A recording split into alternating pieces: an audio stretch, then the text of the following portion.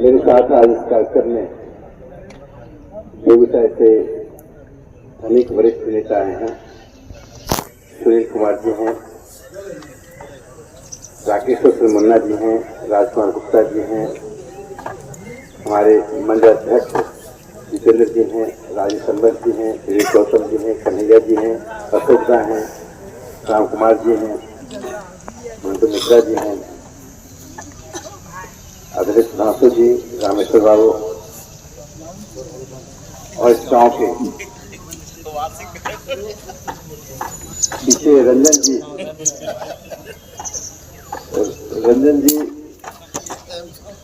Publicity से दूर भागते हैं, इसलिए मैंने इनका नाम नहीं दिया। सभी ग्रामवासियों, ये मेरा ही गांव है, इसलिए इस गांव में जब माला और शॉल दिया जाता है तो मुझे थोड़ा असहज लगता है। बलिया के पास मुझको यह सहजता बरती जाती है, इसलिए मुन्ना जी ने निश्चित कर लिया कभी शॉल नहीं देंगे, कभी माला नहीं पहना है। लेकिन क्या है, आज हम सबकी स्मृति में ललन जी बैठे हैं। भले ही भारतीय जनता पार्टी के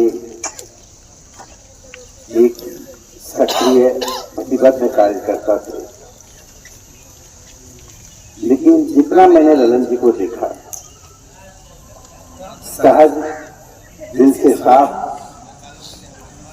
और लोगों की मदद करने के लिए सदैव तत्पर रहते। जब उनका निधन हुआ, बहुत ही दुर्भाग्यपूर्ण निधन हुआ, अल्प आयु में, और निधन से पूर्व ही जो उनकी अंतिम गतिविधि थी वो मुन्ना जी के नेतृत्व में जो बलिया में सांप्रदायिक झगड़े को समाप्त करने के लिए जो पहल थी, बुखार होते हुए भी अपनी तबीयत की चिंता नहीं करके गर्मी में, धूप में लगातार 4-5 घंटे घूमते रहे।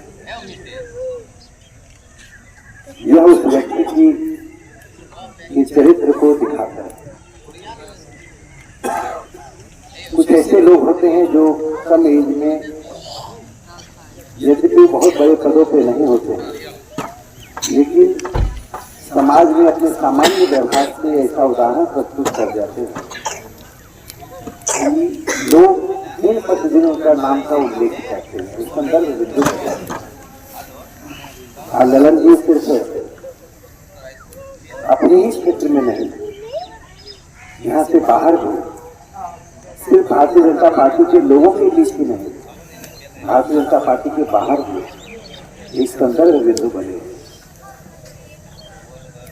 विशेष करके मेरे लिए तो बहुत बड़ी क्षति है। मैं इस ओर आता था और ललन जी को ही याद करता था। उनकी स्मृति में जो छोटी सी पुस्तकालय बन रहे थे, यह पुस्तकालय कम पैसे में छोटा पुस्तकालय बनेगा, लेकिन मैं उम्मीद करता हूँ कि आने वाले समय में इस विद्यालय के पास एक समृद्ध पुस्तकालय जिसमें सैकड़ों पुस्तक हों, पुस्तक इतने उपयोगी हों कि बच्चे ही नहीं, वृद्ध और जवान लोग भी उसको पढ़ने की इच्छा रखते हैं। सभी प्रकार की डिजिटल फैसिलिटी हो, ये शुरुआत है।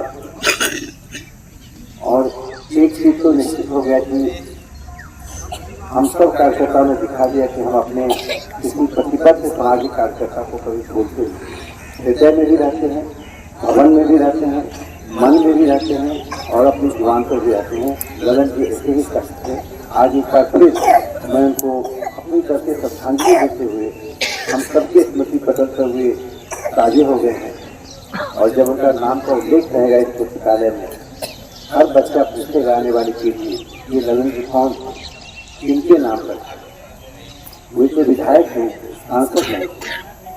विधायक सांसद कितने लोग बनते हैं, तो उसका अर्थ नहीं बनते। जो लोग विधायक सांसद नहीं बनते हैं, इसका अर्थ वो कोई बेकार नहीं। वास्तव में चरित्र और प्रतिबद्धता उन्हीं लोगों में होती है जो पद पर नहीं रहते। ये पद पर रहने वालों का मूल्यांकन करते हैं। आप शिक्षक हैं और विधायक सांसद छात्र होता है, और शिक्षक हमेशा ही ऊंचे पद पर होता है।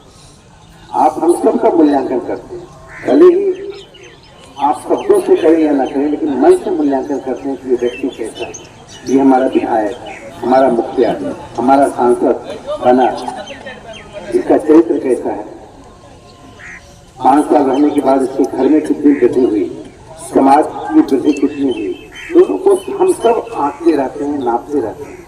रंजन जी लंबे समय से भारतीय जनता पार्टी, भारतीय जनसंघ में प्रतिबद्ध है और उन्होंने कई विधायकों सांसदों को देखा। जब इसे ऐसे हमारे बहुत से बुजुर्ग बैठे हुए हैं जिनसे कहा जाएगा कि आप एक पत्र लिखिए, उस पत्र में बताइए कि जब से आपने वोट देना शुरू किया तब से जनप्रतिनिधि कैसे हुए, क्या काम किया, कैसी बातें की, आपके साथ सहज संबंध रहा या नहीं रहा, ये ताकत का आजमाइश करते रहे, ये सब बातें बहुत ही महत्वपूर्ण है। मैं ये बात इसलिए कह रहा हूँ कि पुस्तकालय जो खुल रहा है ये हमारे बच्चों को एक नया नागरिक बनाएगा, हमारे बच्चे के मन को समृद्ध करेगा। धन से समृद्ध तो कोई भी हो सकता है, लेकिन मन से और बुद्धि से समृद्ध होना बहुत ही महत्वपूर्ण है। जो समाज मन और बुद्धि से समृद्ध होता है उसे कोई परास्त नहीं करता। कितने आक्रमणकारी आए, ये हमारे यहाँ जो चीजों को याद रखने की विद्या क्यों आई, क्योंकि आक्रमणकारी आते थे, पुस्तकालय जला देते थे, पुस्तकें जला देते थे। हम पुस्तक, धर्म की पुस्तकें नहीं रख सकते थे, तो हमने एक नई विधि को ढूंढी, जो आप पुस्तक जलाओ, एक भी पुस्तक नहीं रहे। हमने याद कर दिया, याद करके अपने बच्चों को याद दिला दिया, अब उसको कोई रोक नहीं सकता। मंदिर ध्वस्त कर दिया, हम सूर्य के सामने खड़े होकर पूजा कर दिया। ये समाज में प्रतिकूलता में जीना सीख लिया। और दियारा के लोगों से मैं जो बार बार कहता हूँ, पिछली बार भी मैंने कहा, जो मैंने जनसत्ता के लेख में भी लिखा था, मैं आपको खुश करने के लिए मैं जनसत्ता में जो लेख छपा था, पता नहीं आपने कितने लोगों ने पढ़ा, उस लेख को पढ़ना चाहिए। मैं दियारा से ही लेख लिखा था और यहाँ की चर्चा की थी कि दियारा के लोग क्यों अच्छे हो। मैं कहता हूँ, जो कोई आपको क्षति पहुंचाता है उसके प्रति आपको क्रोध होता है, आप में बदले की भावना होती है। कम से कम आपको क्षति पहुंचाने वाले के लिए मन में प्रेम नहीं होता। जो आपकी पत्थर मारेगा आप क्षमा तो करेंगे लेकिन उसकी पूजा नहीं करेंगे। लेकिन मां गंगा बार बार हमें हमारे घर को, हमारे खेत को, लहलहाती फसल को, हमारी संपत्ति को, हमारी जान माल को नुकसान पहुंचाती है। वो तो अपनी गति से चलती है, नदी जो है अपना तट स्वयं बनाती है, लेकिन हम जिस गंगा से हमें क्षति होती है उसकी गंगा की हम पूजा करते हैं। यह जो निर्दोष स्वभाव है ये सिर्फ दियारा के ही लोगों में हो सकता है। दियारा के लोगों में अपने को क्षति पहुंचाने वाले, अस्तित्व और अस्मिता पर संकट पहुंचाने वाले पर हम दोष नहीं करते। दोष कई कर लेते कि हमने नदी का तट लिया, हमने उनको स्वयं छोड़ दिया, वो तो निर्दोष है, वो अपना रास्ता तय करती है, उनकी क्या गलती है। उनके वकील जो हम उनके पीड़ित है, पीड़ित ही गंगा के वकील बन जाते हैं और हम स्वयं न्यायाधीश बन जाते हैं। हम स्वयं पीड़ित हैं, स्वयं अपने भी वकील हैं, गंगा जी के भी वकील हैं और स्वयं न्यायाधीश बनकर उनके पक्ष में फैसला सुना देते हैं। ये हम दियारावासी हैं और मैं उम्मीद करता हूँ कि आने वाले समय में दियारा नहीं रहेगा, चौर नहीं रहेगा। हम सब मिलजुल कर साझा प्रयास करेंगे तो मुझे जरूर उम्मीद है कि दियारा की जो अस्तित्व अस्मिता हमेशा सवालों के दायरे में सदियों से रही है वो आने वाले कुछ वर्षों में समाप्त हो गया। बहुत बहुत